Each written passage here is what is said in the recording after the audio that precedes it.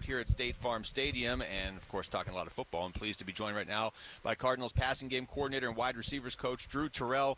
Drew, thank you so much for the time. How's camp treating you so far? It's going. It's rolling. We're in full effect. Week 2 for our guys. But, every day during this phase is a work in progress. Trying to be better than the day before. So we're in the thick of it. So the passing game coordinator, does the passing game coordinator get jacked up when the pads go on just like everybody else? Yes, absolutely, because obviously football is played in pads, and it's really an opportunity for us to go as close to live as we can, obviously without tackling to the ground. So everything's a lot more game-like. The guys on the perimeter can get more locked into a game-like mentality when all the pads are on. The way you tuck the ball because you have the fear of getting hit now is much different than, when you're running around in just, shorts and no shoulder pads. Drew, what are you going to be able to tell from Marvin Harrison Jr. on day one of pads? Will you be able to see something different on day one? And if so, how much stock do you put into it? Yeah, I think, he'll be excited like the rest of our guys to come out here at the first opportunity to put pads on. I think he'll be excited to show his air muscles off that he put on in the offseason. But yeah, he's talked about playing more physical and showing some physicality. So I think him having the opportunity to do that, I think will be exciting to look forward to. He seems like such a routine-oriented guy even before, practice gets going. Does that change at all in year 2? Do you want it to change if that's what he's comfortable doing? Or is he just kind of, other than looking a lot bigger, is he still kind of go through his process? Yeah, I think there's always, evolving and tweaking your routine. I don't think in terms of his routine he needs a wholesale change because he's such a deliberate, dialed-in guy, and he's always had a routine. He's, not to sound cliche, but he's gone about it like a pro essentially his entire life because he's had, kind of that background. So, his process is very good, very clean. I have no, worries about if he's going to be in the right frame of mind to practice or if he's prepped the right way, because I know he has. Coming into this season, I think one of the keys for the Arizona Cardinals, this is just me, Drew, but one of the keys is the improvement of Kyler Murray and Marvin Harrison Jr. and their chemistry out on. Would you agree with that, first of all? Yeah, I think it's, that's another one of those things that's evolving at all times is the chemistry between the wideouts and the quarterbacks. And, when a rookie comes in, everything obviously is new. And it's not often that, receivers are gelled in and that chemistry is clicking right away. Right. So, we've seen that growth, every single day. Those guys have gotten better. They've gotten a better connection. There's been more communication. But I think it's just, that's normal. That's normal for wideouts, young wideouts in particular, and then, a quarterback that's trying to get a feel for the way that guy plays the game. Can you define, Coach, what that looks like, that chemistry? Can you define that for us, what that might look like, an improvement between Kyler Murray and Marvin Harrison Jr. and their chemistry? I think it's just that's a good question. I think the body language from one guy to the other, having the bank reps to know the expectation of what we're trying to get out of the play and what Kyler's thinking on the play, depending on certain coverages. When, we have, plays in the passing game that, hey, this is an alert here, and then we're working a progression. Well, when is Kyler going to alert this to Marv? And Marv, the more banked reps they have, he'll have a better understanding of, like, okay, this is when he's really looking at me on this concept and when he's going to give me a shot.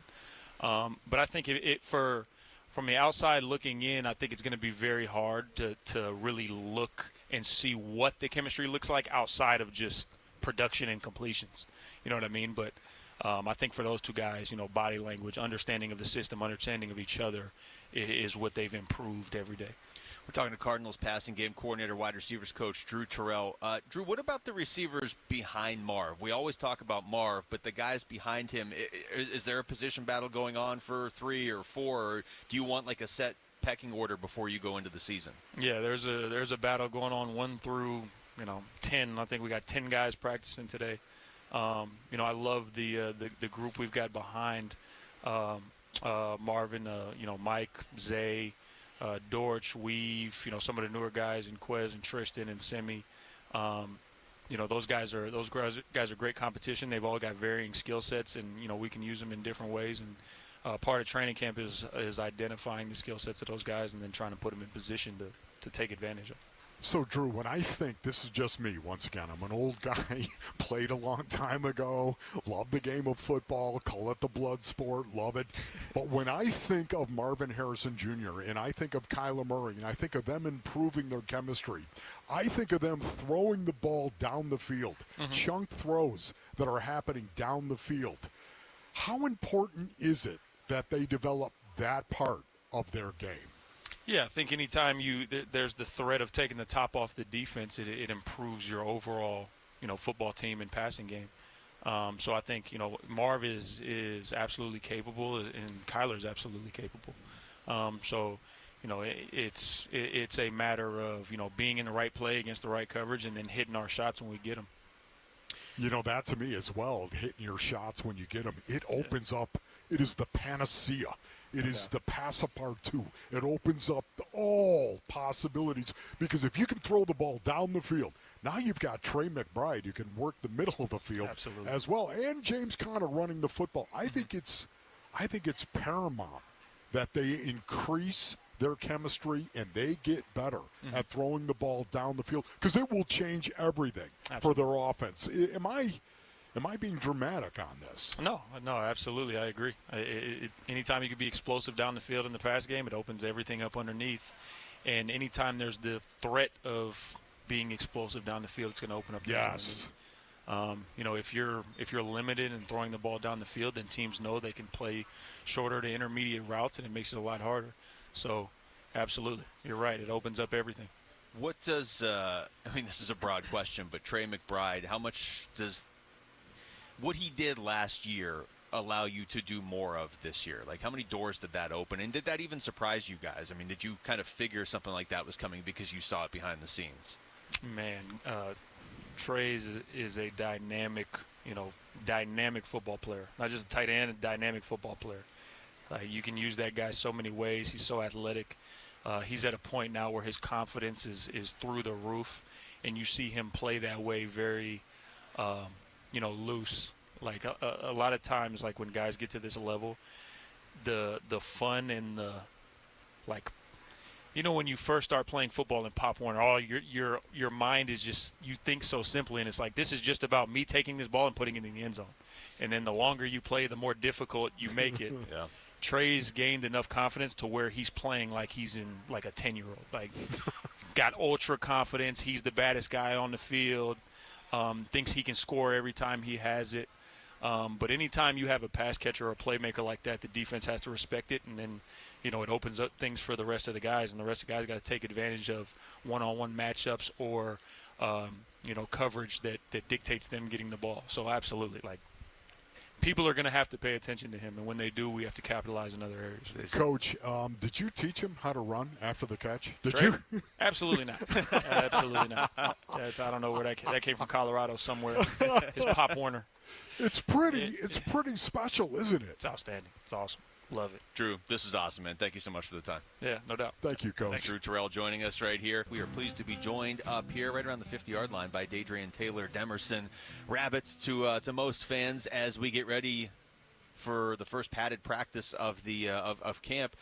Dadrion, thank you so much for the time, man. How you doing? No problem, man. Doing good. Thanks for having me. It's always a blessing to join you guys up here. No, we appreciate it. We appreciate it a lot. I'm just going to start with a question about that safety room, because you stood out to a lot of people last year in a good way, but you're stepping into a position that already has Buddha and Jalen Thompson. So two guys that not only are both really good, but they communicate so well. How was that, stepping in and being a part of that room last year when those guys are vets and they know each other as well as they do? It was a really big learning experience for me. We have really good coaches, but at the same time, like when you're on the field with them, they're like two coaches on the field and off the field. So I've definitely learned a lot between those guys. Definitely they have some credit to my success, just the way they prepare our room, the way they speak to us, the way they help us with corrections and everything. So hats off to those guys for helping everyone in our room. It's not just me; they help every single one of us in the room. We all want to see each other win. That's the biggest blessing you can have as a room, especially with those two kind of vets, man, that have that much experience, man. They want to help everyone beneath them, so that's real nice of them. So, Rabbit, are you a safety, a corner, or a defensive back? What do you consider yourself to be? I would say I play defense, but obviously, I play true safety, and I can drop down and have really good position flexibility. That's why I feel like one of my biggest hats that I put on myself is I can play multiple positions in this league. Like that just helps you just more, going on throughout the season and going on throughout your career. That versatility, I mean, I'm sure every NFL team values it, but it really seems like Jonathan Gannon and Nick Rallis specifically value that. How much do you think that's helping you already just going into year 2 in this defense? Helps me out a lot. I get in different positions. I get stressed out in different positions, different coverages when I'm in there going throughout a practice or when we're going through a game plan prep. So I get to see both sides of it, and then going into year 2, it's just year 1, you go and you just play your butt off. So this year, I've gotten a little sharper on the offensive mind and everything. So that's real nice. What did you learn about yourself your rookie year? Oh, man, I learned a lot. I really didn't know what I really had under my belt, as far as my tools and stuff, because in college I played one position, so it was just, I'd go in and that's what it was. But then I got to move around. I got to see myself unlock some new attributes, so that's nice, just building more confidence in yourself, man. That's the name of the game, man. You give a guy confidence, you can't tell him too much more, and then it's just playing ball after that. See, I think your rookie year, you did exactly that. You came out here and you proved to everybody, including yourself, you belong here, Rabbit. Mm-hmm. You belong here. Now, all of a sudden, year 2, where do you want to get better? I would say I want to get better as far as schematically. Obviously I want to understand my defense like the back of my hand. Go into every game without no question. No more thinking and everything. Understanding offense a lot more. And as the league grows and as the game evolves, there's always new ways to find improvement as far as schematically or physically. So that's just my improvement. I feel like that's every single one of our improvements is get 1% better every single day. We're talking to Dadrion Taylor-Demerson. Dadrion, you seem like one of those, how you see guys that are, okay, this guy's good in college, he gets to the NFL, and then all of a sudden he hits another level. And I'm sure that's ultimately the goal. Do you feel like, because from the outside looking in, it kind of seemed like that last year, do you feel like that's kind of your career arc right now? Yeah, we talk about, making new mistakes and not being the same player you were yesterday, 3 months ago, or last year. So that's constantly my focus is throughout this long season, become a new player every single week. Find a new mistake to mess up and get rid of the old mistakes. So that's kind of how I look at it. What about this defense going forward? What do you see for this defense in 2025? I see a lot more takeaway. That's what we need to do. That's how we help our team improve more. We take away the ball more. We harp that in our safety room. We got to get a lot of hands on the balls, and then we have this wall of the front we have now. So super excited about that, to see those big guy goes. I've never had a defensive front look like that just on paper, and then just to see on practice how they go about their business, man. It makes our job in the back so much easier. The coaching staff, they put so much belief in our room and put us in positions that we need to be in to make plays, and then having this front, they make it so simplified for them, so that way they can go in there, get a nice pass rush, and then we have the wall of China here, so we got the run stop. So it's crazy how when you just look up there and you see big old Calais or any other guys, it's just like a safety blanket for the secondary, That emphasis on taking the ball away, I mean, obviously every team would love to do it, but when you talk about that defensive front now, how does that open that door for you guys in the secondary to take the ball away, because you have that wall up there, like you said? We have really good coverage players. We lean on them. We play on a buddy system in this defense that we're playing, so everybody's playing off of each other. So when everyone's hitting their high cylinders and everybody's doing their 111, there's not much we can do as a secondary. We have really high hopes for our position room and for our defensive unit as a whole. So just going into practice, making sure that we get 1% better to our team goal. That's the ultimate thing we're shooting for there. Rabbit, just watching you play last year, there's no denying you are an excellent football player. You are a good football player, big guy. You didn't get drafted as if you were one of the best players in college football. You know that. Yet at the same time, watching you play, I was pleasantly surprised. Appreciate that. And I think there was a lot of people that were like, man, this guy can flat out play the game. Did you prove that to yourself that you could play the game at this level?